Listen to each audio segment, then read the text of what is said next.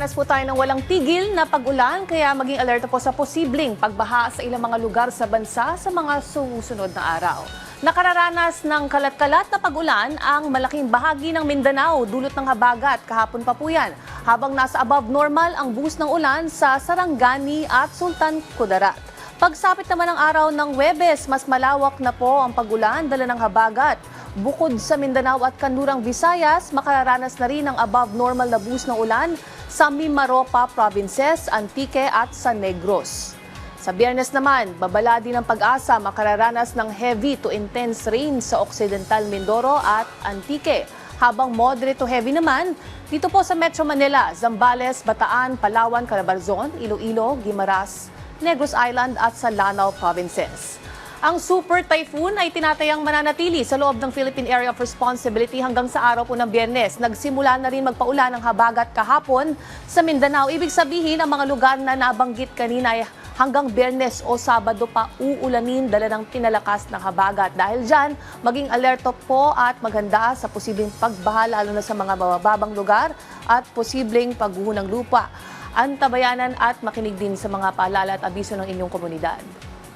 Ang Super Typhoon Inday ay nakapasok na po ng Philippine Area of Responsibility kanina po yung madaling araw. Ito ay nasa line na 1,045 kilometers silangan ng silangan Luzon at may bugso ng hangin umaabot na po sa 230 kilometers per hour. Malapit yan sa gitna. Gumagalaw yan sa mabilis na 30 kilometers per hour pa kanluran.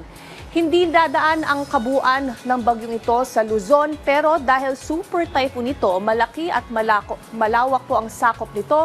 Nasa 1,800 na kilometro ang diametro ng bagyong Inday. Tinatayang nasa 900 kilometers naman ang radius nito kaya naman aabot ang outer cloud bands sa kanlurang bahagi ng ating bansa habang papalapit ito. Kaya naman itinaas ang wind signal warning.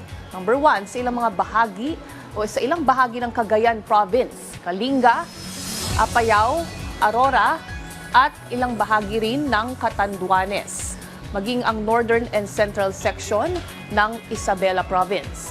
Posibleng itaas pa sa signal number 3 ang ilang bahagi ng Luzon habang papalapit ang super typhoon sa mga susunod na araw. Ngayong araw, magsisimula na rin ang gale force winds o yung pabugso-bugso na hangin dulot ng paglakas ng habagat sa Pangasinan, Zambales, Bataan, Calabarzon, malaking bahagi ng Mimaropa, Visayas at sa Mindanao.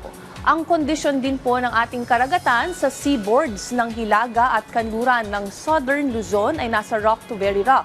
Ang taas ng mga alon posibleng umabot po sa 2.5 to 4.5 meters sa ating coastal waters. Hindi po ligtas pumalaot ang ating mga sea vessels o kahit anong sasakyang pandagat. Samantala, silipin na natin ang rain probability sa ilang mga pangunahing lungsod sa bansa.